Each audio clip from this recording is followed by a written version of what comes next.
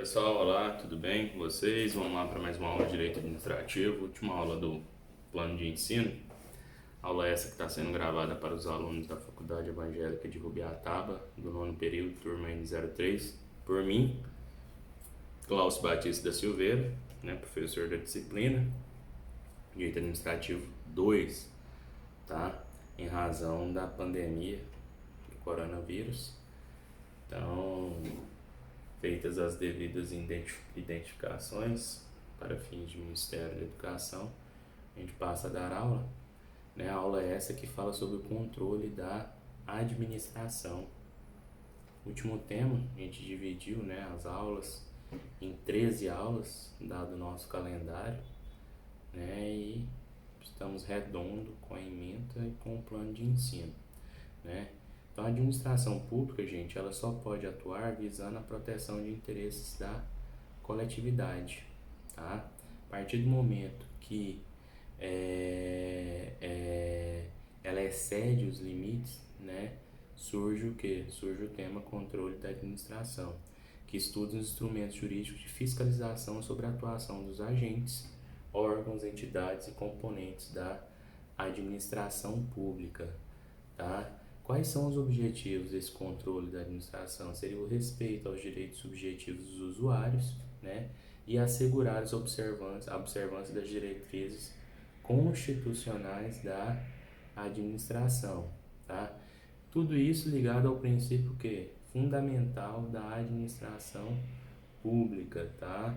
Princípio fundamental da administração pública, que está lá no artigo 6º do Decreto-Lei 200 de 67, Quais são as atividades quais princípios, que as atividades da administração pública obedecem? São 4: planejamento, coordenação, descentralização, delegação de competências, são 5, e controle, tá? Então, a administração pública está sustentada, nesses princípios. O controle da administração, eles são divididos, em diversas categorias, partindo de variados critérios. Mas vamos lá, primeira divisão, quanto ao órgão controlador. Primeiro nós temos o controle legislativo, que é realizado por quem? Pelo Tribunal de Contas, ele é realizado pelo Parlamento, com auxílio do Tribunal de Contas. Então, esse é o primeiro controle legislativo. Exemplo, as CPIs que são instauradas, a nível do Poder Legislativo. Segundo controle, nós temos o controle judicial, que é aquele realizado por meio de ações constitucionais, movidas no Poder Judiciário, O controle judicial sobre a atividade administrativa é sempre realizado mediante provocação da parte interessada. Exemplo, via mandado de segurança ou ação civil pública. Nós temos o terceiro controle, esses aí são os controles legislativos, a classificação contra o órgão controlador. Então, nós temos o controle legislativo, o controle judicial e temos o controle administrativo, quanto ao órgão controlador. Controle administrativo é o controle interno, no âmbito da própria administração.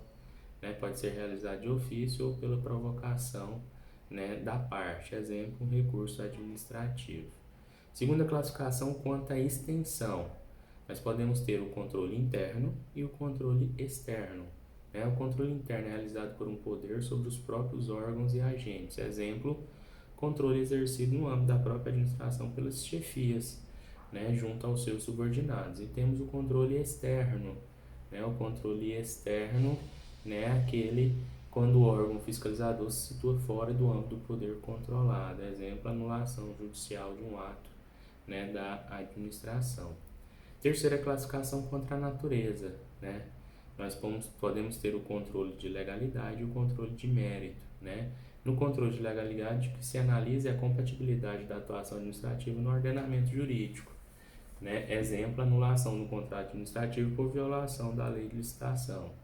Controle de mérito é aquele exercido somente pela própria administração contra os juízos de conveniência e oportunidade dos seus atos, né? Exemplo, a revogação de um ato administrativo. Quarta classificação, quanto ao âmbito. Controle ele pode ser por subordinação, ele pode ser também por vinculação. Controle por subordinação é aquele realizado, né, por autoridade hierarquicamente superior, né, em detrimento daquele que praticou o ato controlado. Exemplo, anulação pelo presidente da República do ato praticado por um ministro de Estado. Controle por vinculação é o poder de influência exercido pela administração sobre as entidades descentralizadas, né? Não se caracterizando como subordinação hierárquica. Exemplo, poder de fiscalização do ministro de Estado sobre a autarquia vinculada à sua pasta. Quinta classificação, penúltima, né, classificação, quanto ao momento do exercício. Ele pode ser prévio, pode ser concomitante e pode ser posterior. Prévio é aquele controle realizado a priori, né? Exemplo do mandado de segurança impetrado para impedir a prática de um ato ilegal.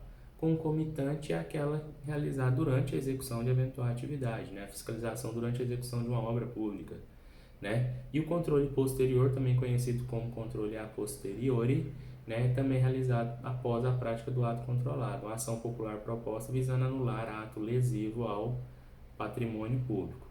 Sexta e última classificação é a classificação quanto à iniciativa. O controle pode ser de ofício e pode ser provocado, né? De ofício é realizado sem necessidade de provocação, né? Instauração de um PAD para apurar uma falta de um servidor público, né? E o controle provocado é aquele que depende da iniciativa da parte interessada, ações constitucionais, né, para controle judicial da administração pública, tá? Passado esse ponto, né, a gente passa a falar sobre o controle administrativo propriamente dito, né, que ele é fundamentado no poder de autotutela para que a administração exerce sobre os seus atos, né, tem como objetivo a confirmação, correção ou alteração de comportamentos administrativos. Os meios de controle administrativo, gente, são a supervisão ministerial e o controle hierárquico, né, tipo dos órgãos da administração direta. E aí a gente passa a falar sobre um tema, recurso hierárquico próprio e recurso hierárquico impróprio, né, classificação, né, doutrinária. O próprio é aquele endereçado à autoridade superior que praticou o ato recorrido, né, sem necessidade de previsão legal. Recurso contra a autuação dirigida à chefia do setor de fiscalização. Temos o recurso também hierárquico impróprio, dirigido à autoridade que não ocupa posição de superioridade hierárquica, né, em relação a quem praticou o ato. Exemplo, um recurso contra a decisão de autarquia endereçada ao ministro da pasta, a qual a entidade recorrida está vinculada. Beleza? Beleza? Tranquilo? Vamos prosseguir? Então, vamos lá. Dando sequência, o próximo tema é o controle legislativo. Controle legislativo. O controle legislativo é realizado no âmbito dos parlamentos e dos órgãos auxiliares do poder legislativo. Sua abrangência inclui o controle político e o controle financeiro, né, sobre a gestão dos gastos públicos dos três poderes. Os mais importantes instrumentos de controle legislativo estão lá na Constituição Federal, né? Em quais artigos? Primeiro, artigo 48, inciso 10, né?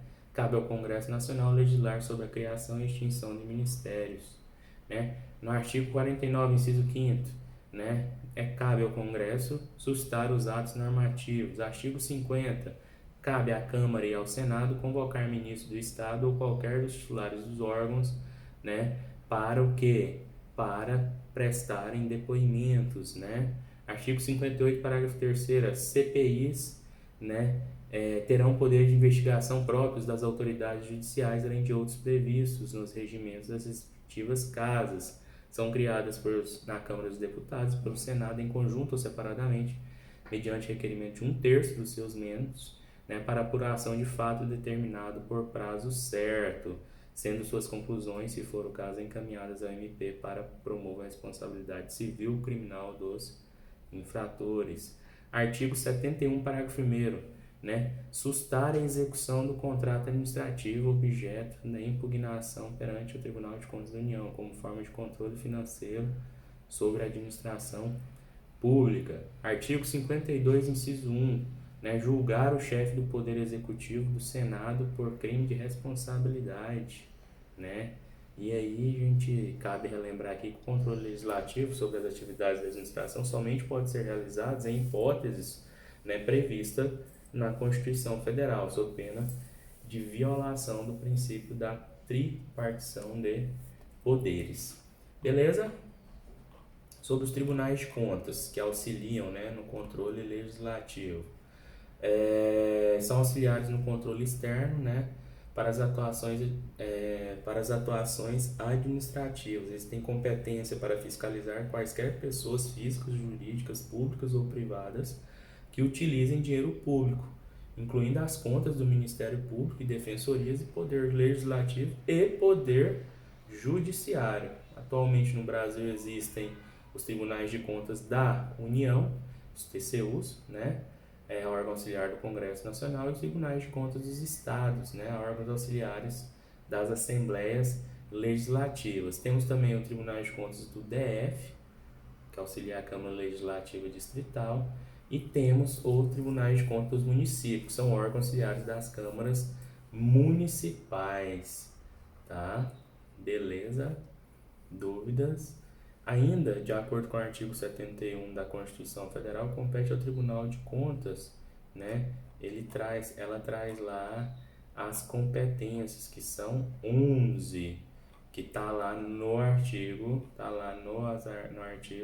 71 da Constituição Federal. Vocês vão ler, né, para a aula agora, para não ficar desgastante ler, né, a competência dos tribunais de contas.